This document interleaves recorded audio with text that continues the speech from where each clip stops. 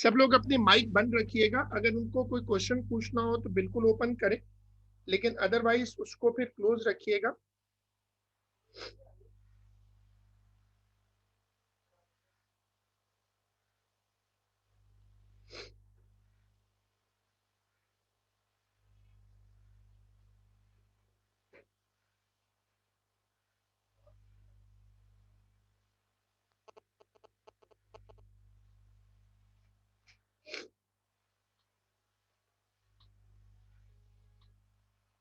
Hello सब, हाँ बोलो।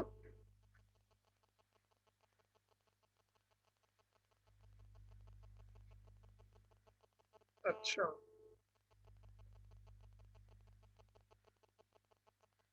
अच्छा, चलो ठीक है, तुम अभी रुक जाओ, मैं अगर कोई काम होता है मैं बता देता हूँ, ठीक है।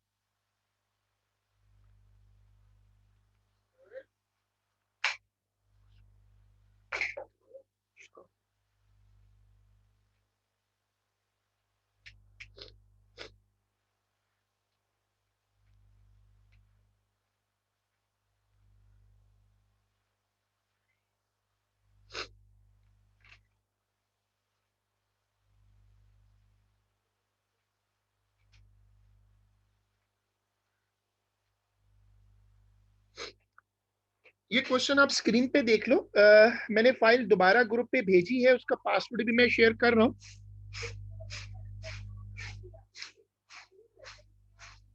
इंसुलेटिंग स्लीव का मतलब क्या होता है? जो एक स्ट्रिंग होती है ना, जिससे तार करंट ना गुजरे। देखो वो कह रहा है length of resistance wire is used as a resistance in a simple circuit, four separate changes are made, what changes will not reduce the value of the resistance of the wire. अब insulator का मतलब होता है जिससे current pass ना करे। वो कह रहे हैं कि आप देख के बताओ, वो कह रहे हैं देख के बताओ कि which change will not reduce the value of the resistance, कि will not change, will not reduce the value of the resistance of the wire। तो जिससे रेजिस्टेंस कम ना हो। अगर आपने इंसुलेटर लगा दिया फिर तो रेजिस्टेंस बढ़ जाएगी। फिर वो कह रहे हैं क्रॉस सेक्शनल एरिया। अब आपको याद है कि अगर एरिया बढ़ाते हैं तो रेजिस्टेंस कम हो जाती है। पहले पार्ट में तो रेजिस्टेंस बढ़ेगी, दूसरे पार्ट में रेजिस्टेंस कम हो जाएगी, तीसरे पार्ट में कह रहे हैं लेंथ कम कर दो। अच्छा, लेंथ कम करने से क्या होता है? लेंथ कम करने से रेजिस्टेंस कम हो जाती है। अगर आप लेंथ कम करोगे तो लेंथ कम करने से रेजिस्टेंस डिक्रीज कर जाती है।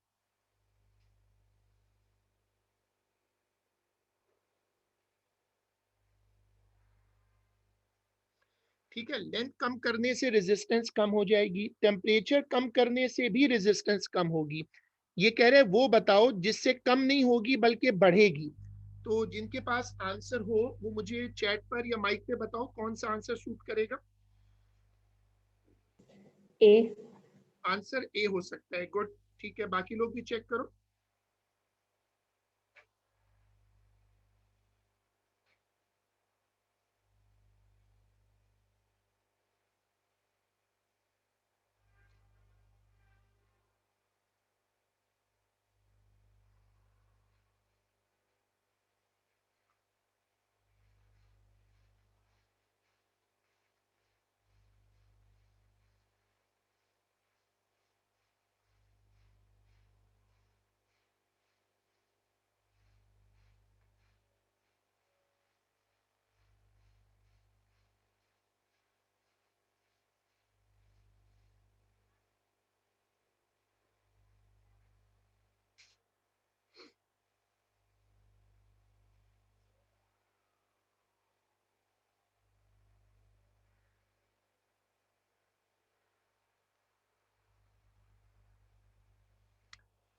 मैंने इसका पासवर्ड भी ग्रुप पे डाल दी है। आप लोग ये फाइल अपने मोबाइल पर खोल लो या आप इसको पैरेलल मिनिमाइज करके ओपन कर लो।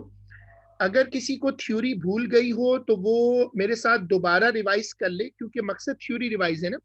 देखो, रेजिस्टेंस किन किन चीजों पे डिपेंड करती है?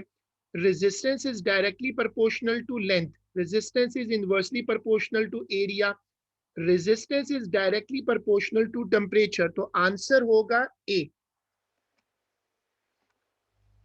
ठीक है, इसमें जो आंसर आया है वो है ए।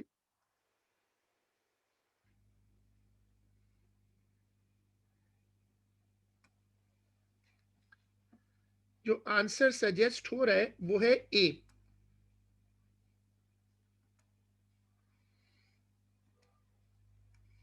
चलो, अब आप लोग मुझे क्वेश्चन नंबर अगला जो है 27, ये वाला क्वेश्चन देखें। अच्छा, जो लोग ये फाइल ओपन करेंगे उनको आना है पेज नंबर 5 पर। पेज नंबर 5 पर उनको ये क्वेश्चन नजर आएगा। तो जरा ये पेज नंबर 5 खोल लें।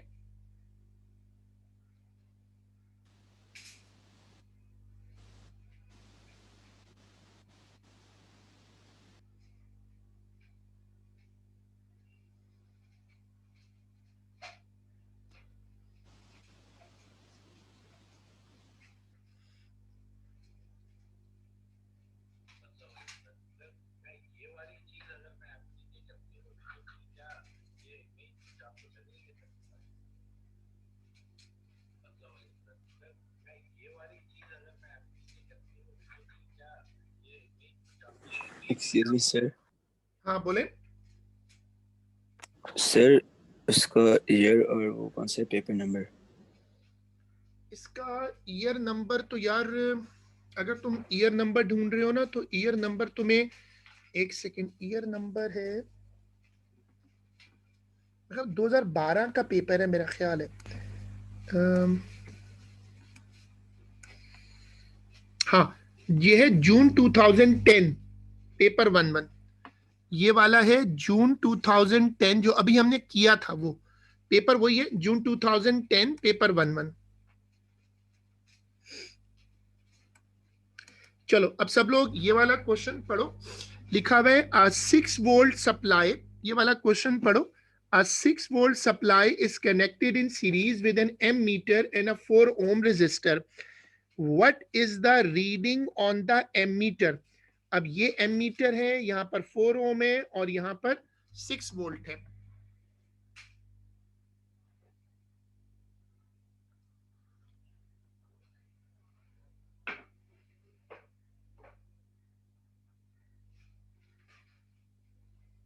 शुरू करो। ये बड़ा सिंपल सा क्वेश्चन है। वो कह रहे हैं एमीटर, एमीटर क्या बताता है? करंट बताता है ना। तुम्हारे पास है क्या? तुम्हारे पास रेजिस्टेंस है, तुम्हारे पास वोल्टेज है। फॉर्मूला लगाओ, I is equal to V upon, I is equal to V upon R, ये फॉर्मूला लगाओ।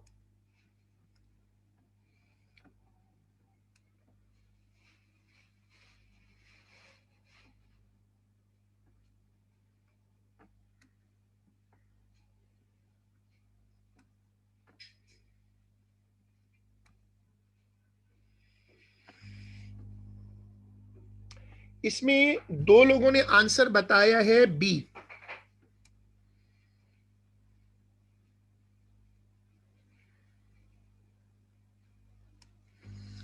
तो अब आंसर मेरे पास भी बी आ रहा है, मैंने उसकी वर्किंग भी शो की है। मेरे पास भी ये आंसर आ रहा है बी। तो जो लोग आंसर बता लें वो फिर इसको डबल चेक कर ले।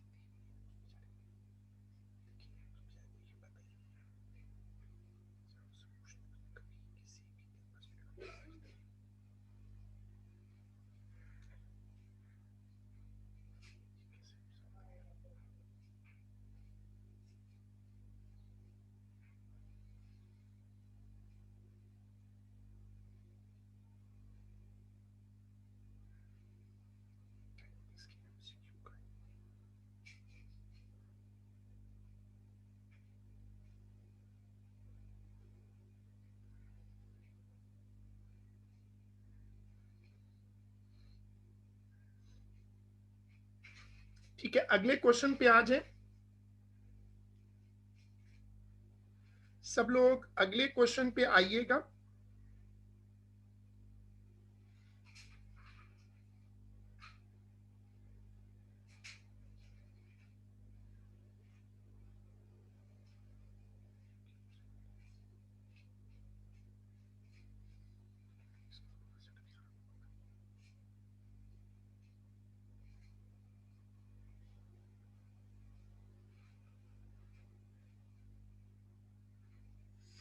कुछ अगले क्वेश्चन पे आ जाए सब लोग और उसको देखिएगा।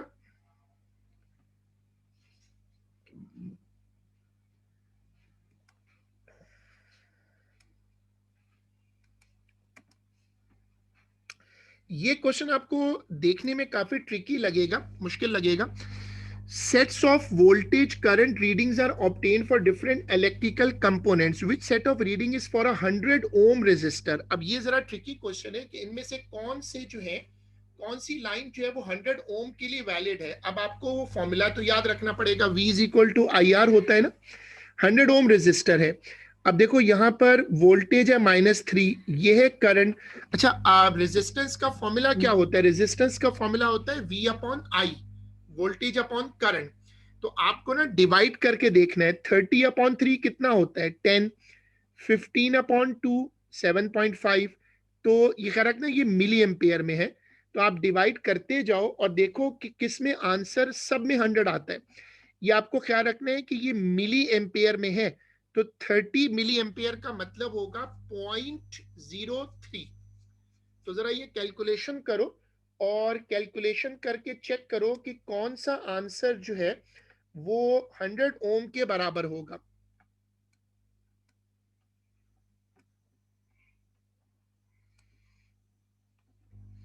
मैंने उसकी एक सैंपल वर्किंग की हुई है।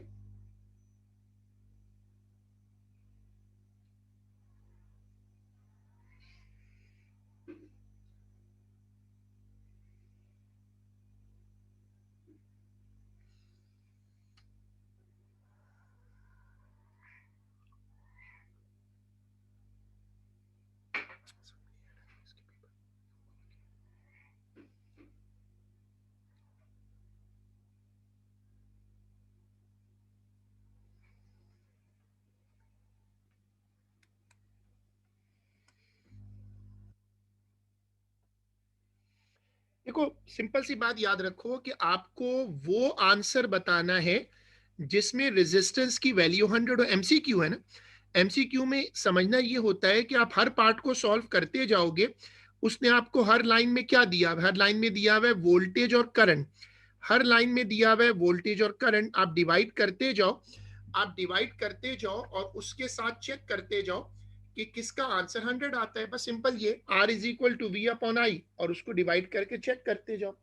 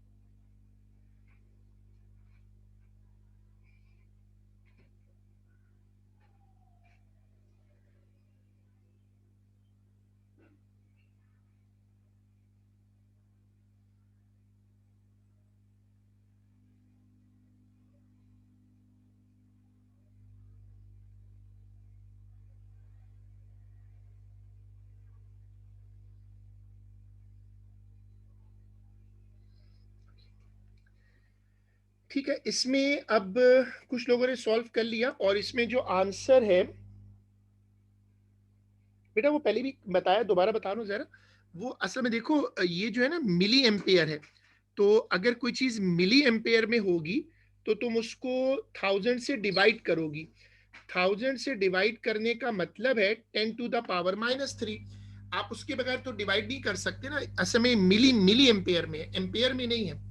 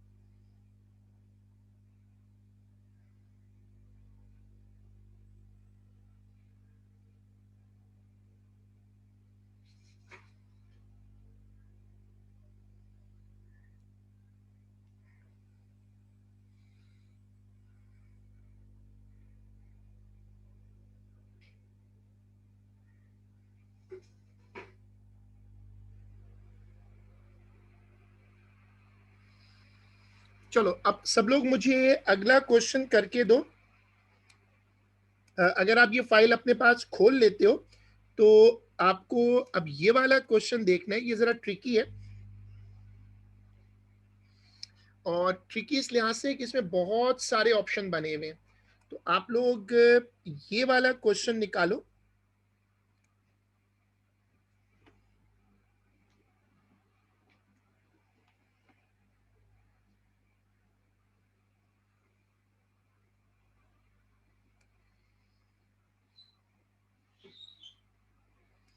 चलो अब पहले एक क्वेश्चन पढ़ लो।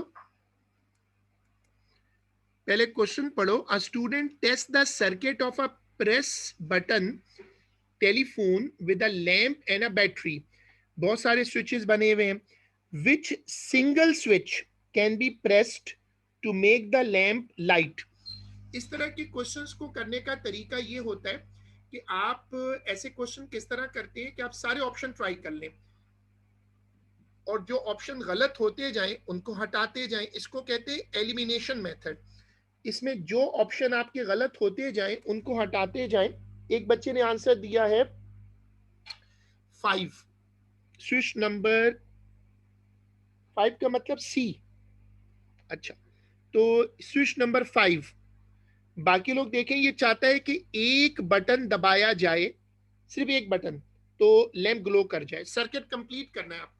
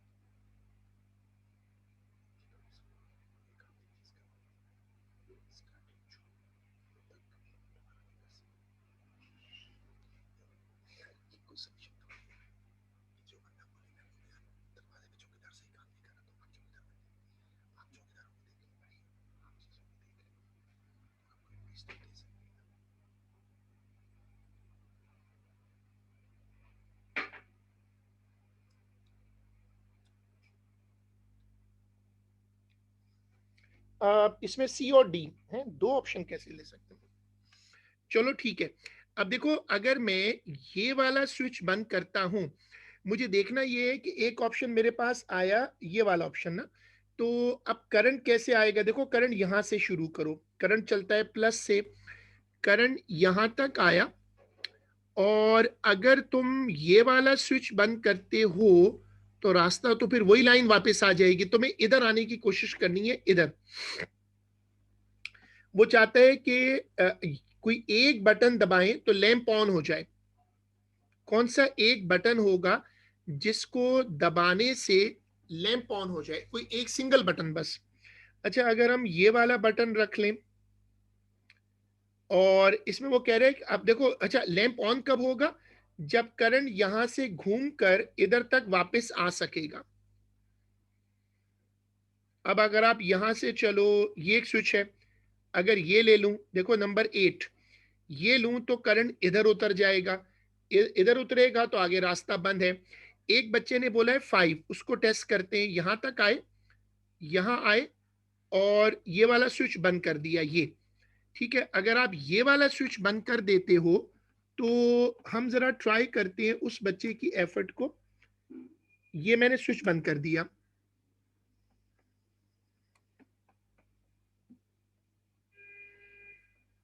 देखो ये स्विच बंद हो गया। अच्छा, अब अगर आप ये स्विच बंद कर देते हो,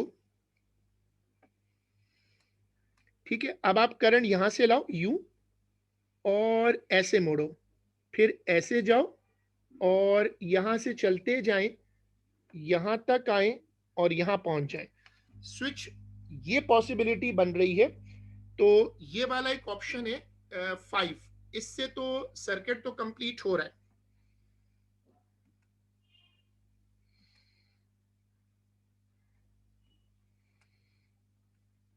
देखो ये वाला स्विच, तो ये इसका सही ऑप्शन है, और ये ऑप्शन रख लेते हैं, और आंसर है इसका 5। मैंने एरोज बना के करंट की डायरेक्शन को शो भी किया है। अब आप क्या करो, इसके बाद मुझे अगला क्वेश्चन करके दो, इसके बाद मुझे अगला क्वेश्चन करके दो।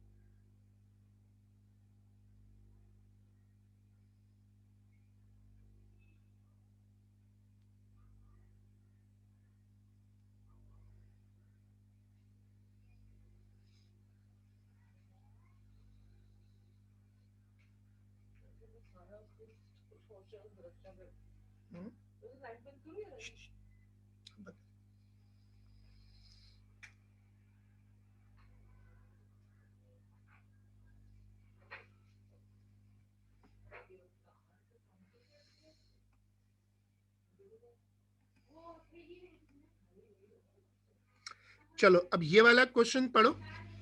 विच quantity is measured in kilowatt hour? Kilowatt hour में कौन सी क्वांटिटी मेजर होती है?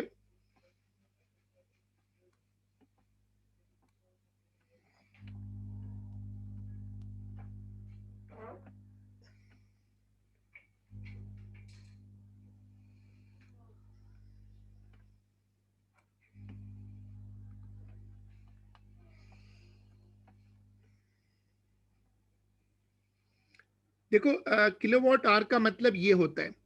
तो अब तुम बताओ, किलोवाट आवर में कौन सी क्वांटिटी मेजर होती है? जो हमारा नोट्स बने हुए, किलोवाट आवर में कौन सी क्वांटिटी होती है? हेलो?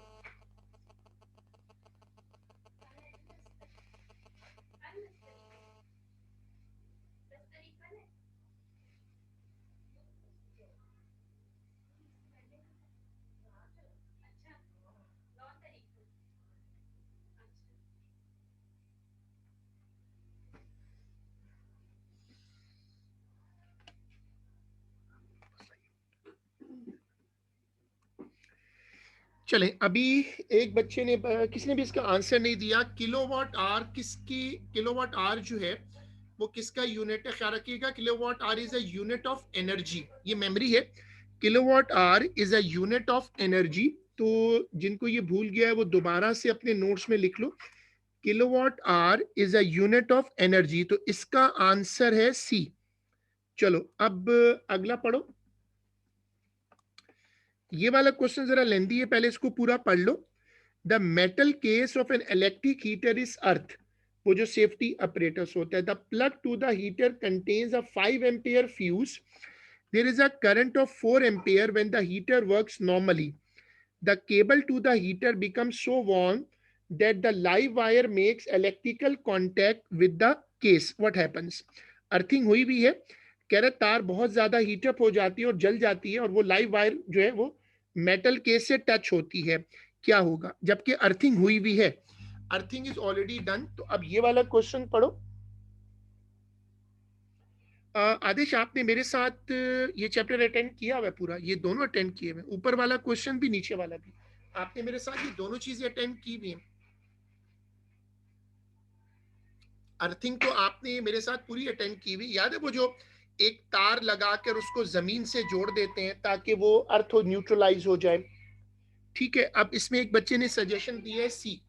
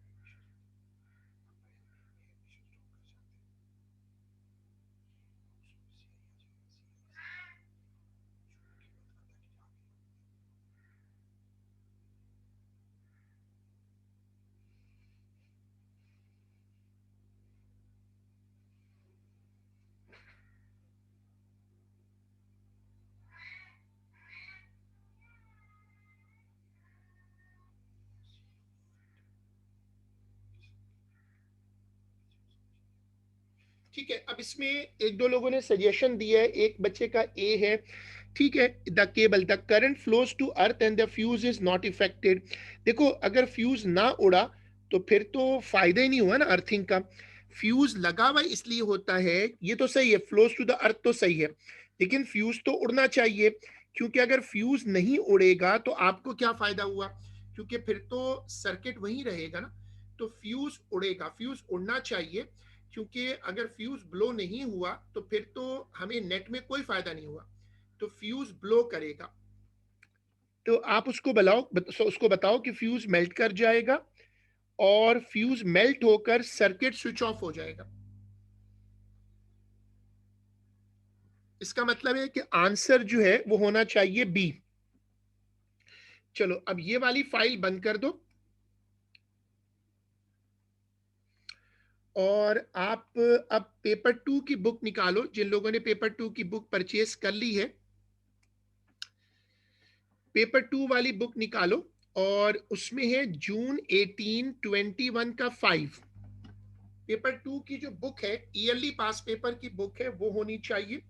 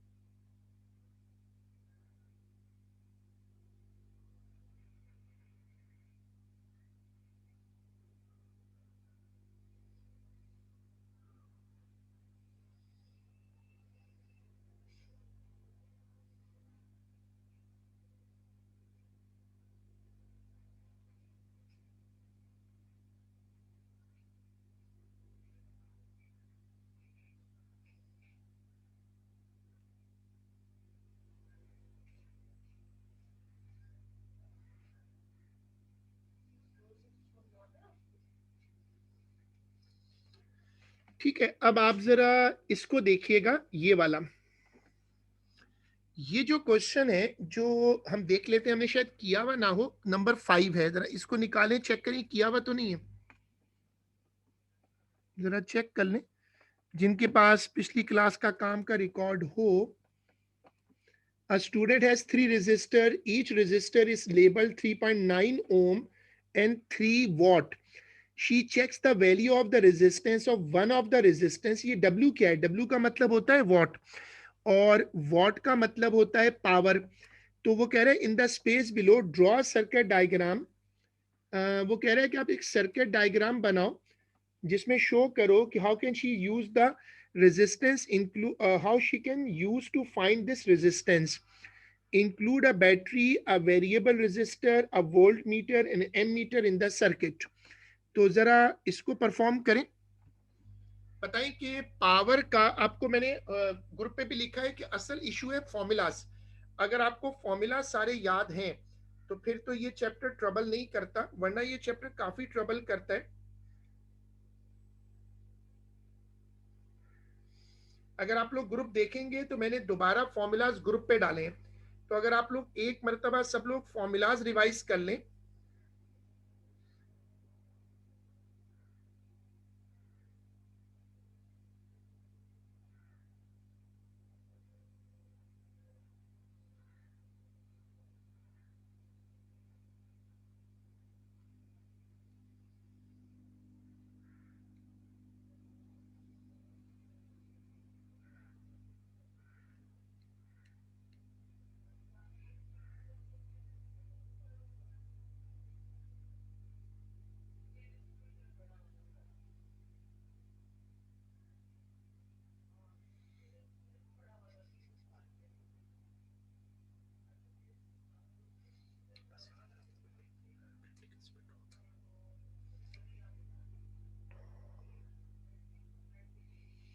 अब लास्ट एमसीक्यू तो मैंने बता दिया था कि लास्ट एमसीक्यू कौन सा वाला था, वो असल में वो था अर्थिंग का। एक मरतबा नोट्स जरूर देखने पड़ेंगे, मैंने वो जो सवाल आखिरी करवाया था सुशीता, द लास्ट क्वेश्चन वो डिड वाज ऑन अर्थिंग।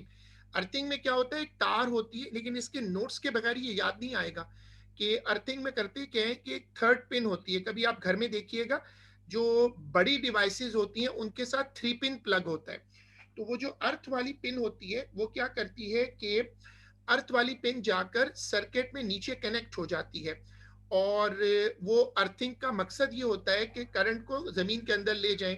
उसके पीछे फ्यूज लगा होता है, अगर करंट डिवाइस में लीक करे, मेटल केसिंग में लीक हो जाए, तो अर्थ वायर क्या करती है, तो अर्थ वायर क्या करती है कि वो करंट को, अर्थ वायर ये करती है कि वो करंट को ले जाकर जमीन में ट्रांसफर करती है। पीछे करंट बढ़ता है, पीछे फ्यूज लगा होता है, फ्यूज ब्लो कर जाता है और उससे फायदा ये होता है कि डिवाइस स्विच ऑफ हो जाती है।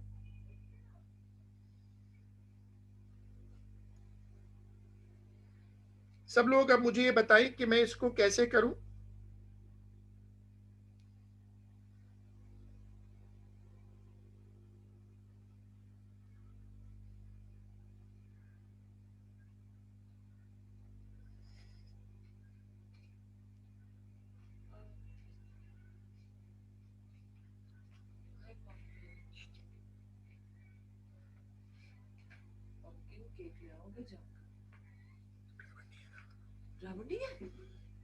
ड्राइवर का फोन आया था कि वो रास्ता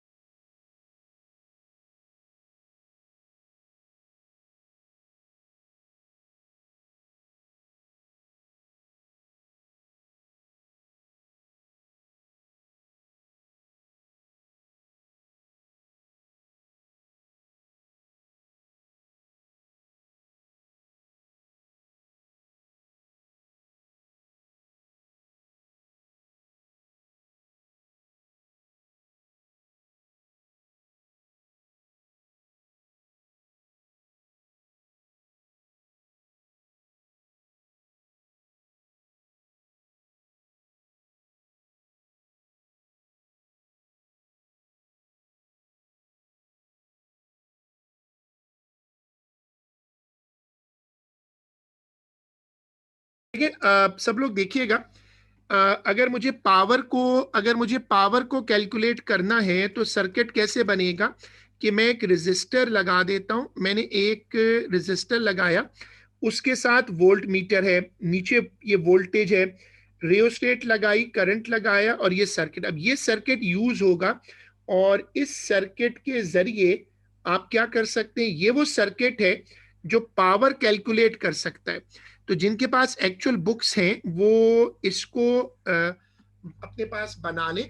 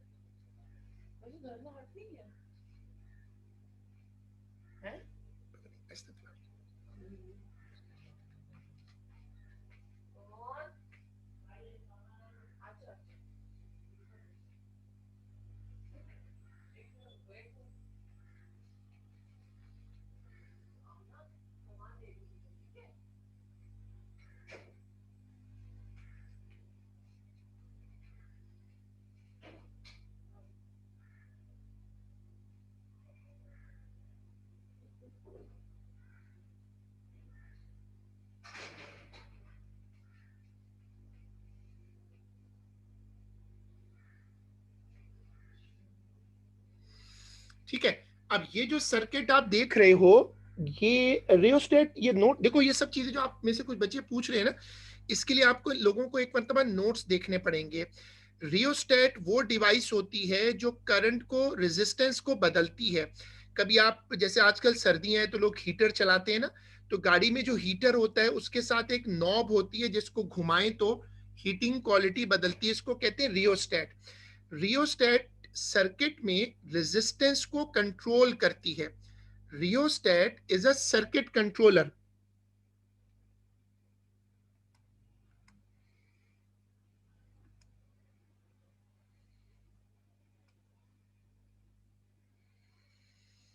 चलो अब ये वाला देखो, ये वाला पार्ट देखो। अब यहां से पढ़ो, when the circuit is turned on, the potential difference across the resistor is 4.2, मुझे वोल्टेज दिया हुआ है और मुझे दिया हुआ है current, calculate the resistance of the resistor. तो फॉर्मूला लगाओ, सिंपल सा क्वेश्चन है, फॉर्मूला लगाओ और फॉर्मूला लगाकर इसको सॉल्व कर दो।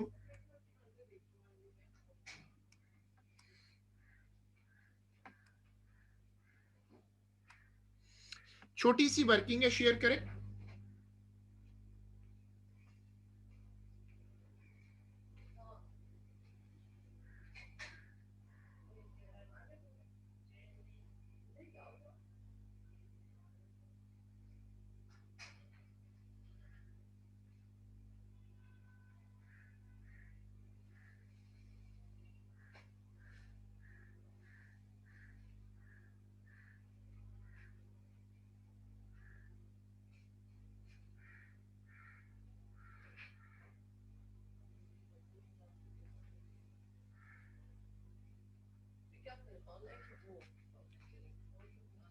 खड़ी कर तो वैसे टाइप तो सही कर रहा है ना, बाहर निकल के देखा कोई ड्राइवर है तो सब करवा ले, सही करा वो, बाद में ड्राइवर चले जाएंगे सब शांत। मुझे नहीं पता था टायर का इतना बड़ा मसला है, मुझे नहीं पता था टायर का इतना बड़ा मसला है, मुझे तो समझ नहीं आया ना, वो टायर अगर इतना फ्लैट है, वरना अगर टायर कम फ्लैट है वो जाके गाड़ी ले जाए हवा में टलवा दे, ये इसको क्यों जा रखते पाँव से दबा के देख, मैं नमाज पे निकलता हूँ तो देखता हूँ इशारा डाल।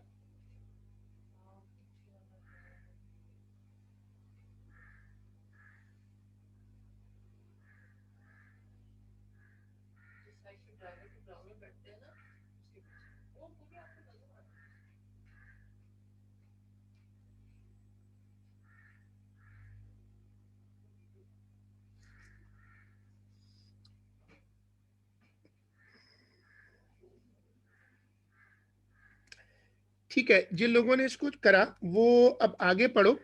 लिखा हुआ है shortly after the circuit is turned on the resistor overheats and gives off smoke. Resistor एकदम गर्म हो गई, जैसे घर में भी कभी होता है ना, इलेक्ट्रिकल डिवाइसेस ओवर हीट कर जाती हैं, तो रेजिस्टर एकदम से हीटअप हुई। Explain why it over heats, include a calculation in your answer. तो ओवरहीट की वजह क्या होगी, वो जाहिर है कि आपने जो रेजिस्टेंस ऊपर निकाली है, अगर आप कैलकुलेशन आप देखें सब लोग, देखिए अगर आप कैलकुलेशन चेक करें तो रेजिस्टेंस निकाली है 3.5, और 3.5 में ये हमने कैलकुलेशन करके लगाई है, calculate the resistance of the resistor, वो है 3.5, और हमने करंट कितना दिया 1.2। तो अब आपको ये देखना पड़ेगा कि यहाँ तो है 3.9 ओम, तो जो हमने लोड लगाया है वो बड़ा है, और अगर हम कैलकुलेशन चेक करें तो वो तो 3.5 आ रहा है। तो इसका मतलब है कि कैलकुलेशन हमने किया ये है कि पावर का फॉर्मूला लगाया I square R, I is equal to P upon R, resist मैंने करंट कैलकुलेट किया, तो करंट होना चाहिए 0.877, according to the data current होना चाहिए 0.877, और हम कितना करंट भेज रहे हैं, हम दे रहे हैं 1.2, और इसका मतलब ये है कि ये जो करंट हम दे रहे हैं वो बहुत ज्यादा है। अब अगर आपका करंट ज्यादा है और करंट की सपोर्ट कम है तो सर्किट गर्म हो जाएगा, मतलब एक सर्किट में करंट जा सकता है 0.877, लेकिन आपने दे दिया 1.2, मतलब वो तकरीबन डबल ही हो गया। तो इस सूरत में डिवाइस ओवरहीट कर जाएगी। इसको आप शॉर्टली ऐसे ही लिख लो जैसे मैंने स्क्रीन पे लिखा हुआ है, ये वर्किंग सिंपल है, इसको ऐसे ही कॉपी कर लो।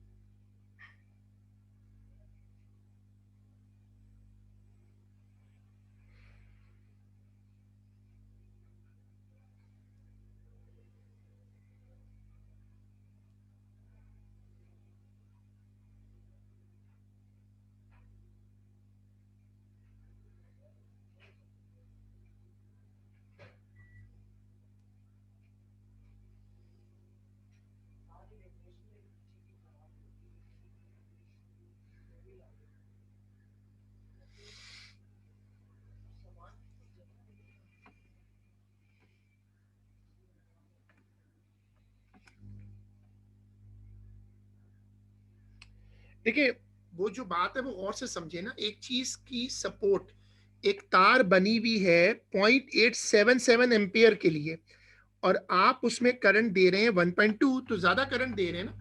तो जो चीज बनी हुई है 0.8 एम्पियर के लिए, उसमें आप जब ज्यादा करंट देंगे तो जाहिर है तार गर्म हो जाएगी। घरों में भी होता है ना, घर में जो डिवाइसेस ओवर हीट करती हैं उसमें यही होता है ना कि ज्यादा करंट आप दे देते हैं।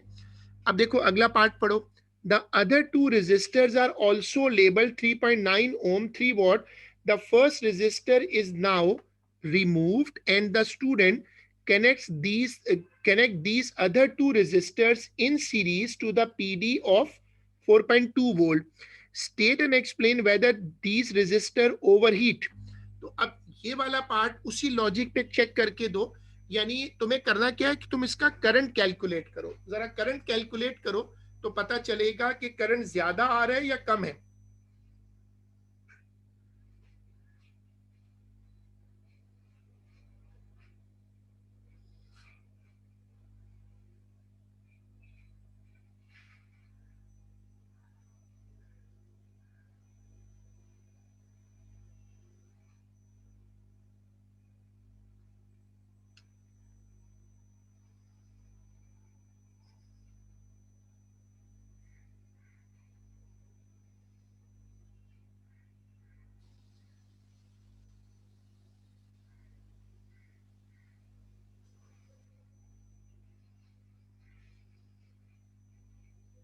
So can you please explain this? ये तो आप लोगों को करके देना ना, कैलकुलेशन करो ना, कैलकुलेशन में वही फॉर्मूला लगाओ, power is equal to I square R. नहीं sir, as in what's the question saying? Question ये पूछ रहा है कि अब उसने जो पहली वाली रेजिस्टर थी वो हटा दी। The first resistor is now removed and the student connects these other two resistors in series to the PD of 4.2 volt. तो वो जो सर्किट पहले बना हुआ है ना, अगर आप उसको देखोगे तो इसके पास जो रेजिस्टर्स थी, अगर आप पहली लाइन पढ़ो ना तो वहां से समझ में आएगा। पढ़ो, a student has three resistors, each resistor is labelled 3.9 ohm 3 watt. ये पहली लाइन पढ़ो। इस बच्चे के पास तीन रेजिस्टर्स हैं। पहले इसने एक ही रेजिस्टर लगाई, उससे सर्किट ओवरहीट कर गया। अब क्या कह रहा है देखो, कहते हैं the other two resistors are also labelled this. The first resistor is now remove, पहली रेजिस्टर हटा दी और जो बाकी दो थी उनको सीरीज में लगा दिए। सीरीज में क्या होता है कि सीरीज में रेजिस्टेंस ऐड हो जाती है। 3.9 है, एक और 3.9 लगाओ तो टोटल हो जाएगा 3.9 प्लस 3.9। और अब कह रहे हैं कि क्या अब भी सर्किट ओवरहीट करेगा। देखो मैंने उसकी डायग्राम बनाई ना, 3.9 3.9, अब ये टोटल हो गया। मैंने पहले क्या किया, इफेक्टिव रेजिस्टेंस निकाली, वोल्टेज दिया हुआ 4.2, फिर मैंने करंट का फॉर्मूला लगाया, वो आया 0.538। अब जो 0.538 है वो 0.877 से कम है। सब लोग ये वाली कैलकुलेशन शेयर करो।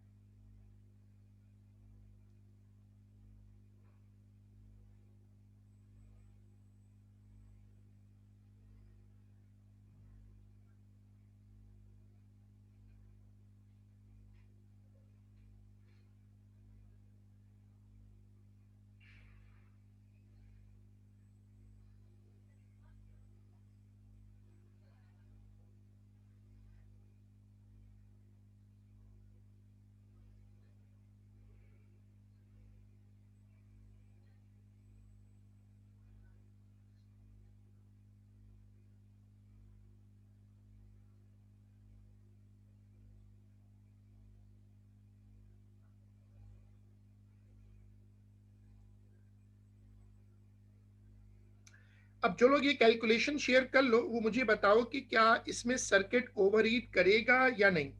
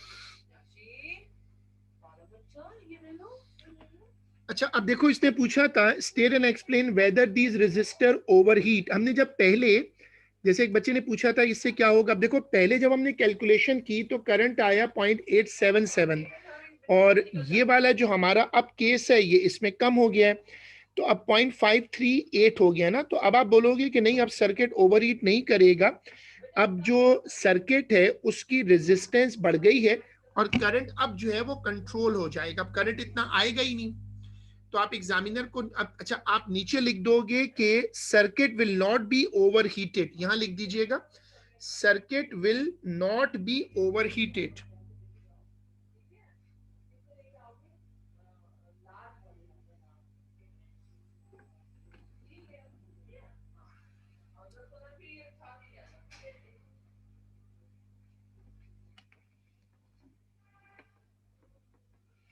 हाँ, ये ओवरहीट नहीं करेगा। चलो अब उसके बाद अब आप ज्वाइन करो, ये वाला ईयर देखो, जून 18 22 8, सब लोग ये ईयर नंबर डालो।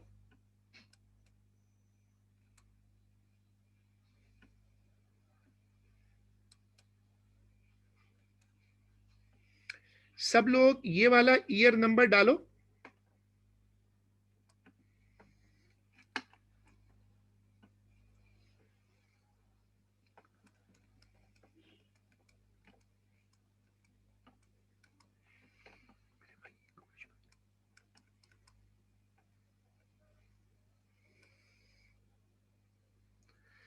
A fuse is one form of protection in an electric circuit. State two other forms of protection that are included in household electrical circuits. These may protect the consumer. The circuit is an electrical, the circuit or an electrical appliance. कह रहे एक तो हम fuse लगाते हैं जैसे circuit की, हाँ अर्थिंग वाला ऑप्शन अच्छा ऑप्शन है, इंसुलेशन करते हैं, अर्थिंग होती है, सर्किट ब्रेकर होते हैं, एटसेट्रा। मैंने आपको एक लंबी लिस्ट लिखवाई थी, ड्राई कंडीशंस होती हैं, डबल इंसुलेशन होती है, करेक्ट रेटिंग होती है, सर्किट ब्रेकर होते हैं, इनसे हम सर्किट को कंट्रोल करते हैं। तो अब सब लोग पहले ऐसा करो, ईयर नंबर नोट कर लो, सब लोग ये वाला ईयर नंबर नोट करो। और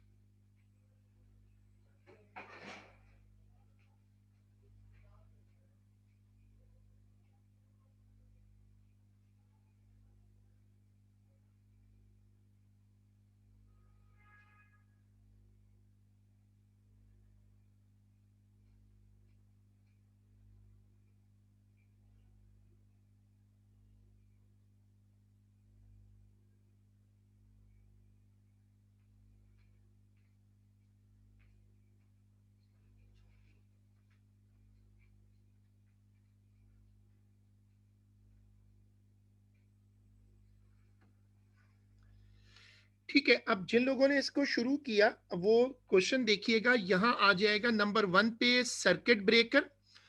पहला ऑप्शन लिख दो सर्किट ब्रेकर, और दूसरा जो ऑप्शन है, पहला ऑप्शन है सर्किट ब्रेकर, और दूसरा ऑप्शन जो है सेकंड ऑप्शन लिख दो अर्थिंग, सेकंड ऑप्शन लिख दो अर्थिंग। और फिर ये वाला क्वेश्चन पढ़ो, ये थोड़ा गौर से पढ़ना पड़ेगा। पढ़िएगा, the figure shows a fuse box connected to part of a lighting circuit in a house. State how figure 8.1 shows that wire W is the live wire। कहते हैं आपको कैसे पता कि W जो है वायर, इसमें कुछ सजेशन दे, ऐसे कैसे पता चल रहा है कि वायर W लाइव वायर है?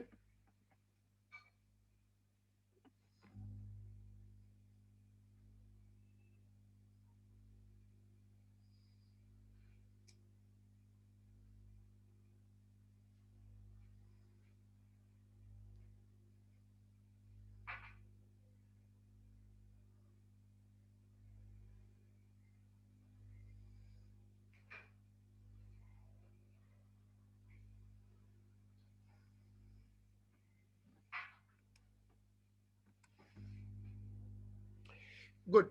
अब एक बच्चे ने सही आंसर पिक किया, क्योंकि हमें कैसे पता कि wire W is the live wire, क्योंकि ये तार है, देखो गौर से देखो, यहां से चलो, इसी तार में तीनों फ्यूज लगे हुए हैं, और हमने सीखा क्या कि फ्यूज हमेशा कौन सी तार में लगता है? फ्यूज हमेशा लाइव वायर में लगता है।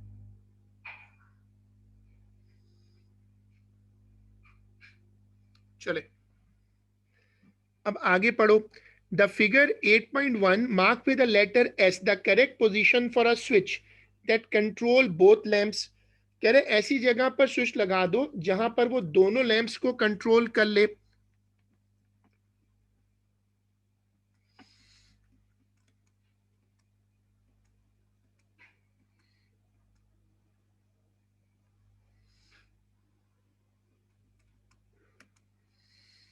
तो मैंने स्विच लगाया यहां पर, देखो यहां लगाने का क्या फायदा है, जब तुम ये वाला स्विच उठा दोगे तो सारा जो लाइव वायर ही पूरी बंद हो जाएगी।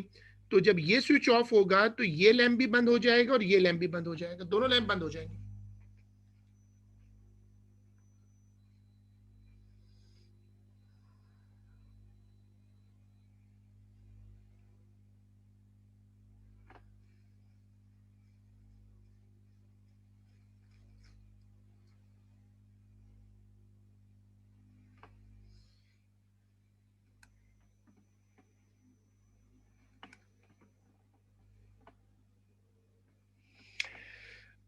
लगा सकते हैं, अगर आप लगाना चाहें तो यहां लगा दें, लगेगा इधर ही, क्योंकि इधर नहीं लग सकता बीच में ना इधर।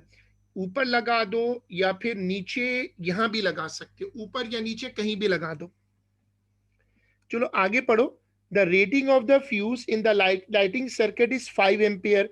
व्हाट इट मींस, कह रहे जो फ्यूज है, फ्यूज पे लिखा हुआ है 5 एम्पियर, तो इसका मतलब है कि अगर करंट 5 एम्पियर तक पहुंच जाएगा तो सर्किट ब्लो हो जाएगा, फ्यूज उड़ जाएगा और सर्किट उस पे डिवाइस को बंद कर देगा। तो इसमें लिखो कि फ्यूज विल ब्लो अप, इसका आंसर में लिखिएगा fuse will blow up at 5 ampere.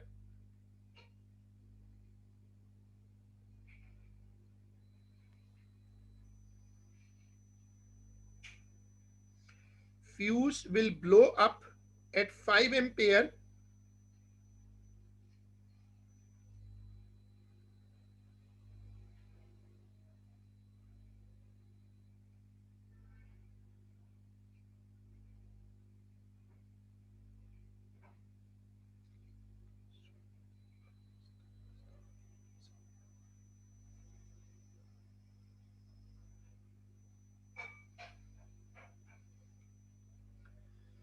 at 5 ampere fuse will blow up and stop the circuit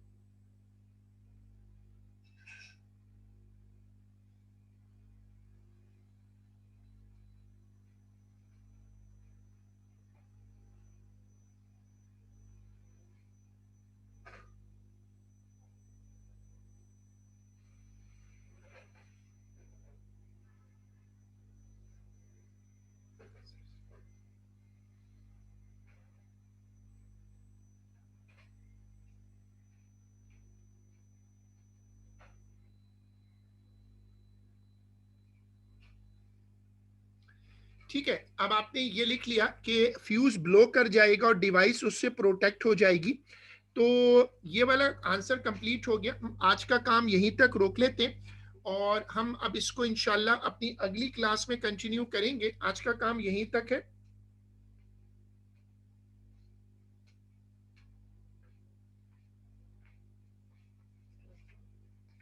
चल रही